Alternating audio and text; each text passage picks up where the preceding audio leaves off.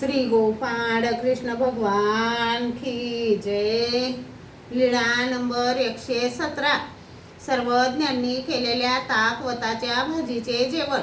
एके दिवशी सर्वज्ञांना सकाळचा पूजा वसर झाला। सर्वज्ञ फिरायला गेले, सोबत बाईसा होत्या।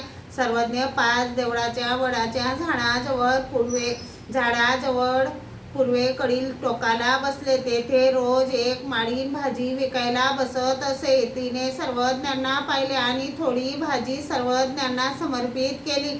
मग सर्वज्ञांनी बाईसांना सांगून आणखीन थोडी मागवली व सर्वज्ञ गुंफेत गेले। ती भाजी आपल्या श्रीकराने निसली, स्वच्छ केली, 3-3 तुकडे केले। सर्वज्ञ म्हणाले, बाई, पाण्याचे आंधण ठेवा, ही भाजी रांधा, हिंग घाला। बाईसांनी आंधण ठेवले, हिंग घातला। सर्वज्ञांनी ताकवताची भाजी कालवली, आंधण तापले। बाईसांनी मीठ घातले। सर्वज्ञ म्हणाले, बाई, आणखीन मीठ घाला, पुरे लोण करा। मग बाईसांनी आणखीन मीठ घातले, ताकवत शिजले आणि बाईसांनी सर्वज्ञांना दाखवली व विचारले, बाबा, ताकवत शिजली की नाही?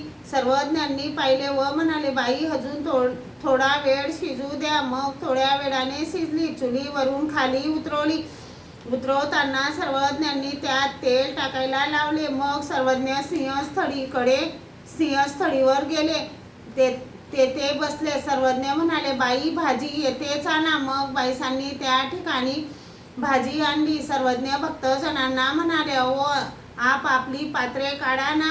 जी मग भक्तजनांनी पात्रे काढली। एकाच्या मताने दगडाच्या चिपा जेवणासाठी केलेल्या होत्या, त्या घेतल्या, त्यावर अन्न वाढले, आडे करविले। सर्वज्ञांनी भात कालवून आडे केले। मग सर्वज्ञांनी आपल्या श्रीकराने 3-3 चूड पाणी घातले, करांगुळीने भाजी वाढली।